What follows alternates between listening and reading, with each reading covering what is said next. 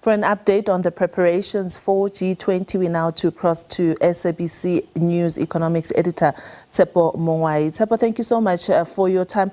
Tell us a little bit more about the proposal of the Cost of Capital Commission and what it's meant to do. Good day. Of course, the Cost of Capital Commission is one of the proposals that South Africa has put on the table. Remember, on the continent, we've got an issue of a rising debt, the debt levels that many emerging countries are actually struggling to repay. A large share of their revenue is actually going towards debt servicing. But the other issue, which is the reality, is that many emerging countries are developing on the developmental financial multilateral bodies in order to bring in and raise capital. So you have that particular dilemma where the Commission could actually help in ensuring that the cost of capital and the money that is going into the servicing debt is actually becomes more sustainable for those who are affected. There are a number of proposals that are put on the table, which among others, it will be scrapping off some of the debt. But of course, that would be quite controversial. It will need everyone, including those who are responsible to allocate debt, to come and agree to the terms of such. And of course, for a little bit more, we are now joined by the resident coordinator of the United Nations in South Africa, Mr. Nelson Mafu. You were in the plenary. Did the issue of that commission that looking at the cost of capital come up? The issue definitely came up, the issue of looking at the cost of capital, amongst other issues that South Africa is putting on the table to advance global solidarity, to address sustainable development considerations, but also tackling inequality. So the theme that South Africa is putting on the table and the focus on tangible results that will impact people and planet is something that really is being discussed. Obviously, a commission is one way of really looking at something that really fundamentally impacts developing countries. We heard 21 African countries are facing debt distress. What needs to be done about that? We heard a majority of countries on the continent that are faced with climate impacts and disasters that are cascading and rising need resilience. So the question of adaptation and funding for climate action is on the table.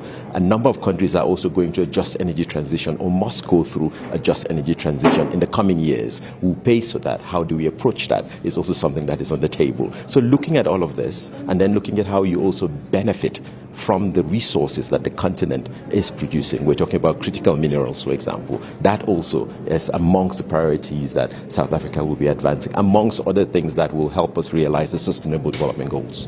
We know that 75% of the issues would have came from Brazil, and maybe South Africa will have to add more, about 25% or so new issues on the table. What are some of the new issues that South Africa has proposed and put on the table for its presidency?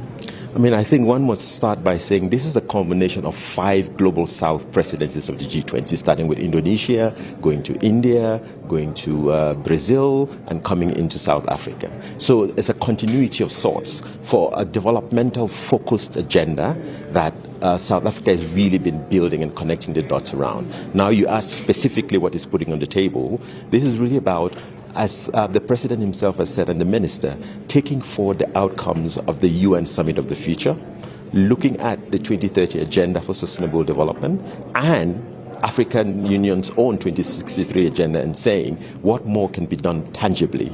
So around the issues of critical minerals, around the issues of artificial intelligence, around the issues of just energy transition and climate action and financing sustainable development. Those are some of the issues that South Africa is putting on the table in the spirit of continuity. And the UN family, starting from the Secretary General and the UN team, is really looking forward to accompanying this effort. One of the issues that's quite striking for me is the role of the civil society, and we've seen in Brazil, of course, there was a lot of interest in bringing in civil society so that they can also raise issues. How is that coming through, and how is that going to be accelerated in South Africa's presidency? I mean, South Africa will build on what Brazil did, which was to do a G20 social. But then there are also groupings that are going to be engaged. Business 20, think tanks, parliamentarians, but really bringing people, stakeholders together to be able to discuss and contribute in shaping collective action for humanity is at the heart of what will lead to success. And we welcome the fact that South Africa is also working in that regard. Inside the plenary, obviously, as the member of the media, we're not allowed. How is the mood like? How is the kind of discussion that are taking place at the moment? If you could just paint a picture for us. I would say very inclusive, very frank and open, but very it's warm conversations. And this is a grouping that has been meeting over time. They know each other, the Sherpas and the Sioux Sherpas. So it's really great spirit of collaboration, and we hope will lead to a good outcome for people and planet. Did you look at difficult discussions as well? Well, they're looking at issues that forging consensus around needs difficult discussions. It's not an easy walk in the park, but they're approaching that with a spirit of collaboration, respect, and one central theme in the room right now is about Ubuntu and how that value-based approach will inform the discussions and consensus building and the outcomes that are to come. Thank you very much. That's Nelson Mafu. He's the resident coordinator for the United Nations here in South Africa. He says, well, the discussions are quite warm, frank and open. It's still a long way. Of course, this is one of the more than 130 meetings that will be taking place here in South Africa. And of course, many provinces around the country will have a privilege of hosting some of these discussions in one way or another. So it's back to you in studio as discussions are still ongoing. We'll keep you up to date in terms of this particular G20 discussions of the Sherpas. Thank you so much to Tshepo Mongoai, the SABC economics editor, keeping an eye out there for these discussions, the first that have begun, the first of many, as a matter of fact, for the G20 presidency that South Africa has assumed.